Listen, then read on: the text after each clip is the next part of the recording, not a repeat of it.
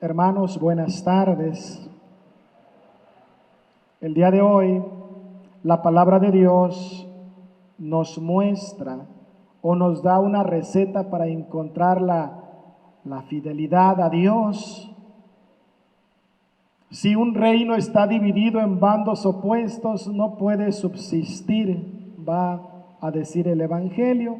Pero antes del Evangelio, hablando de los reinos, podemos reflexionar acerca del rey David, acerca de este reino de Israel, donde se precisa, donde se reflexiona la fidelidad de un rey a Dios, es decir, la fidelidad del rey David a Dios en este punto de la Escritura, porque David era rey de Judá, pero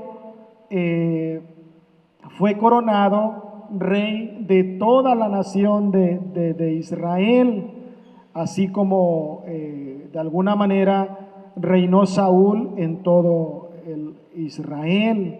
Dice que pues los ancianos fueron a Hebrón a buscar a David y con ellos lo coronaron rey de las tribus de Israel.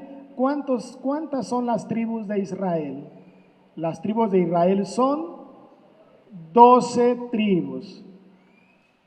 David era rey de Judá, de una de las 12 tribus, pero ahora, por favor de Dios, es proclamado rey sobre las 12 tribus de Israel, es decir, se unifica el reino en Israel, se logra la unidad en el reinado, y eso pues Dios lo concede a su siervo David, como él lo llama, porque ha encontrado en el corazón de David un hombre según el corazón de él, según el corazón de Dios. Esto nos da paso, ¿verdad?, para poder explicar este pasaje evangélico que nos dice: si un reino está dividido en bandos opuestos, no puede subsistir.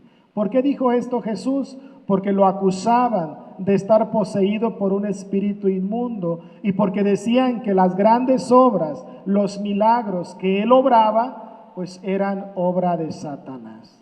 Qué juicio tan errado, qué afirmación tan más alejada de la realidad. De alguna manera Jesús se entristece y Jesús dice: no puede ser así. Satanás no puede estar dividido contra Satanás. Un reino dividido no puede subsistir.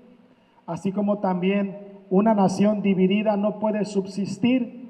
Quizás ese sea un punto, ¿verdad?, de la nación de Israel, donde David es proclamado rey ahora sobre las 12 tribus, y cómo conquista Jerusalén, la ciudad de Dios, la ciudad de David, cómo la conquista y cómo unifica la nación de Israel.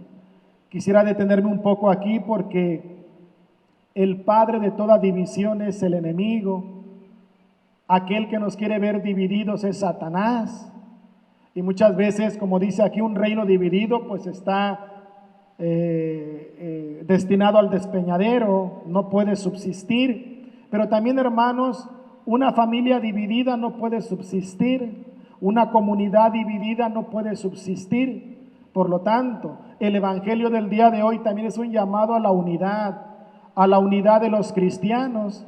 La semana anterior celebrábamos la unidad de los cristianos, todas las celebraciones por la unidad de los cristianos. Pues, hermanos, nosotros también como comunidad estamos llamados a la unidad, no a la división, porque si nosotros nos dividimos, entonces estamos siguiendo a aquel que no es Dios, aquel que usurpa muchas veces el lugar de Dios. Nosotros estamos llamados a la unidad en la fe, a la unidad en la esperanza, a la unidad en el obrar de la caridad. Fe, esperanza y caridad nos deben de distinguir a nosotros en la unidad de un solo pueblo. El día de hoy celebramos a San Francisco de Sales, un auténtico padre espiritual. San Francisco de Sales tiene una obra muy famosa que se llama Introducción a la vida devota, y nos habla precisamente de la conducción de las almas, dirigir las almas. San Francisco destaca las virtudes de la caridad y de la prudencia. San Francisco de Sales supo presentar ante todo la belleza, la verdad del amor que no tiene fronteras, del amor de Dios, del amor genuino, del amor bueno. Por eso, su más grande ideal era formar las conciencias. Y hasta el día de hoy, el más grande ideal de la Iglesia es ese, es formar las conciencias, educar nuestra conciencia para bien, iluminar nuestra conciencia para obrar el bien, para darle sentido a lo que hago, para darle humanidad a mis actos. Porque para ser cristiano, primero hay que ser humano. Hermanos, pues nosotros, el día de hoy, que celebramos a San Francisco de Sales, pues que también seamos dóciles a la voz de Dios que llama todos los días, que toca la puerta de nuestros corazones. Abramos, dijera San Juan Pablo II, abramos de par en par nuestro corazón a Cristo, a la novedad de Cristo, a esta experiencia de Dios que nos hace libres, que le da sentido a nuestra vida. Por eso, no dudemos de la obra de Dios en nuestra vida. No dudemos de la obra del Espíritu Santo en nuestra vida.